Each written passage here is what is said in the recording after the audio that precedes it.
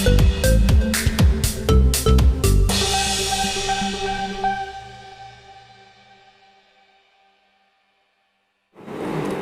kan soal Adiba yang sudah bisa mengeksplorasi masak kan. Ya kan memang saya ngajarin dia. Jadi kita punya kegiatan itu kadang suka masak bareng kan. Jadi ya saya bilangin, makanya kalau jadi istri itu sebelum suami bangun, istri sudah harus bangun duluan, sudah harus nyiapin keperluannya, makanannya, gitu. Harus bisa masak, walaupun nggak harus tiap hari masak, tapi setidaknya adalah suami itu nyobain masakan istri. Gitu. Itu kan sekarang jauh nih sama suami, mungkin kegiatan mungkin apa sih selain Kalau pas lagi nggak sama suami, ke rumah. Saya suruh main ke rumah gitu, terus kita jalan bareng gitu. Karena kan memang Egy sekarang lagi di Turki kan, lagi menyiapkan pertandingan gitu. Udah ada rencana program?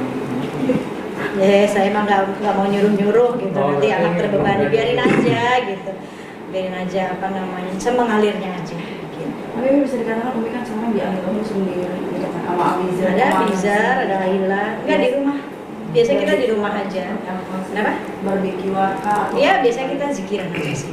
Kita muhasabah di rumah, zikiran sama teman-teman gitu. Terus ya udah, apa namanya? Ya gitu aja. Nggak pernah keluar kalau tahun baru. Ada nggak sih kayak nasihat-nasihat di akhir tahun untuk anak-anak sendiri? Pasti adalah gitu. Buat upgrade diri kan perlu ya, penting banget buat kita. Buat kan hanya nasihat buat anak, buat saya juga gitu. Ya ibaratnya kayak handphone kan harus dicas ya, kalau udah mati, udah lowbat gitu. Nah iman kita juga gitu, diri kita juga harus di-upgrade gitu. Yang biasa pelit sedekah, yuk di-upgrade dong, sedekahnya kencengin. Yang sholatnya masih bolong-bolong, yuk di-upgrade dong gitu, sholatnya gigi bolong aja nggak enak kan gitu. Jadi ya nasihat-nasihatnya lebih ke buat saya juga, maksudnya mengupgrade diri, jangan gini-gini aja gitu, tahunnya udah berganti. Bisa dikatakan untuk 2004 sudah di depan mata. Coba kira-kira ada nggak sih kayak untuk kedepannya harus seperti apa, bukan untuk anak-anak udah harus bagaimana, atau harus mengalir begitu aja? Ya yang penting nasihat pasti ya, nasihat tetap jangan ninggalin sholat, tetap bisa bantu orang lain gitu. Cuma tujuan anak-anak ya 2024 terbangun deh, kita mulai membangun rumah yatim itu gitu. Yang menjadi bukan amanah ya, tapi memang almarhum pengennya punya rumah yatim yang samping rumah, dan kebetulan memang qadarullahnya kok pas banget gitu, ada sebelah rumah ada tanah kosong. Ya mudah-mudahan dimudahin rezekinya saya, rezekinya anak-anak, kita bisa beli tanah tersebut, bisa kita bangun. Progresnya sudah seperti apa? Belum, baru ngumpulin dulu supaya kembali tanahnya, baru nanti dibangun. Tanahnya lumayan gede luarnya, 300 gitu. Pengen banget nanti ya kalau saya ada umur juga dikuburnya di situ. Pengen banget gitu. Jadi gak usah jauh-jauh dari rumah ya. Dekat. Tapi udah ada target mungkin untuk sampai selesainya kapan? Ya belum tahu, pengennya tahun depan tuh udah kebeli tanahnya. Kan tanahnya aja belum beli mas, gimana?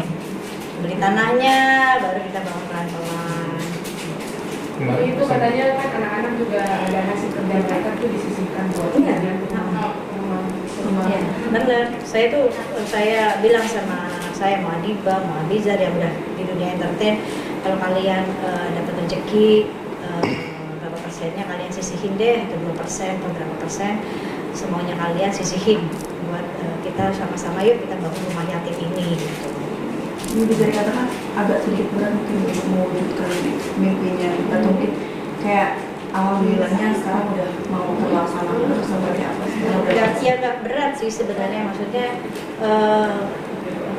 saya memikirkan maksudnya ketika almarhum ngomong seperti itu, satu hari sebelum meninggal itu beliau bilang, Mik, kamu udah harus siap dan gitu kan, terus harus dakwah, terus kalau ada rezeki kamu bangun rumah yatim gitu, karena sebentar lagi anakmu bagian dari mereka. Itu tuh hal yang berarti seperti sebuah kayak amanah, kamu harus peduli dengan anak yatim karena anakmu juga yatim. Berarti kan saya ketika itu tidak memikirkan membangun rumah yatim terlebih dahulu, tapi bagaimana saya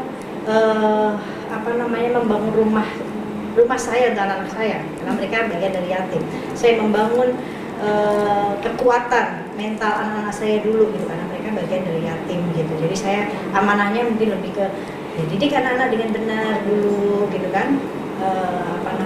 Sampai akhirnya ya kita bisa mewujudkan rumah itu gitu. Saya mikirnya tuh beliau sebelum meninggal aja memikirkan kalau seorang istri ditinggal suami, punya anak banyak, kalau nggak punya rumah itu gimana gitu. Nah begitu juga nanti anak yatim yang ketika bapaknya meninggal terus ibunya punya anak yang sampai akhirnya anak yatimnya ini putus sekolah, nggak punya tempat tinggal, kalau tinggal di saudara bisa berantem, itu bagaimana, itu aja beliau memikirkan hal tersebut gitu loh ya.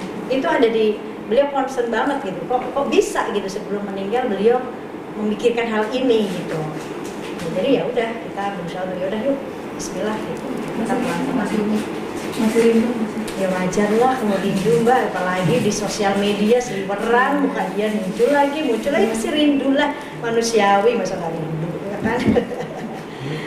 Soal hukum suami yang mempertahankan rumah tangga sedangkan istrinya cerai, itu yang Itu terjadi. ujung-ujungnya ke yang lain kayaknya nih, biasaan Juga gimana mu? nah, kan udah ketebak nih dia nih. Gimana mu pandangannya? Apaan maksudnya gimana? Hukum suami ingin mempertahankan rumah tangga sedangkan istrinya cerai gitu.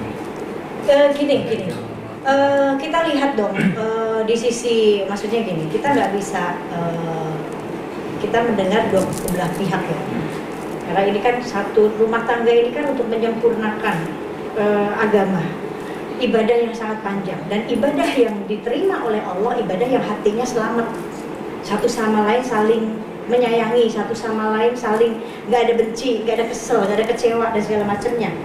Ketika kita dalam satu rumah tangga terus tidak bisa menjalankan ibadah yang seperti itu gitu kan, terus solusinya berpisah, tapi walaupun gagal menjadi suami istri tapi tidak boleh gagal menjadi orang tua kan gitu, tetap mereka bisa beribadah tapi sebagai orang tua untuk anak-anak kan gitu. Jadi kita harus lihat di sisi yang apa sih gitu, yang mungkin ya mereka yang tahu gitu kan. Kadang kita tuh cuma mikirnya kasihan ya ini sedang tersandung tapi malah juga cerai, jangan mikir yang itunya dong, tapi lihat kita kan nggak tahu kehidupan mereka, kita nggak tahu yang dijalanin kedua belah pihak ada apa gitu ya, yang mungkin hal ini cukup mereka yang tahu saja gitu kan, atau itu sebuah aib atau apa kan mereka yang tahu. Makanya ya wajar kalau mungkin di satu pihak kepengen menyelesaikan hal ini dengan cara ya pasti sudah istikharah dan pasti sudah dapat jawaban dari Allah kan gitu. Jadi kita harus bijak ya, tidak menyalahkan suatu pihak saja gitu. Harus bijak. Mendengar kayak kayak tadi buat anak-anak seperti apa sih progres, misalnya ini udah ada nih anak-anak ekspresi mungkin awal bahagia kan? Ya mereka senang dan kebetulan kan saya sama almarhum itu dari dulu memang ada pelihara anak yatim ya, ada 10 yang kita biayain kita di sekolahnya, dan kepengennya mereka tuh nanti kalau udah rumah yatim ini terbangun ya mereka tinggal di sana belajar nih ya. Enggak lo. Oke.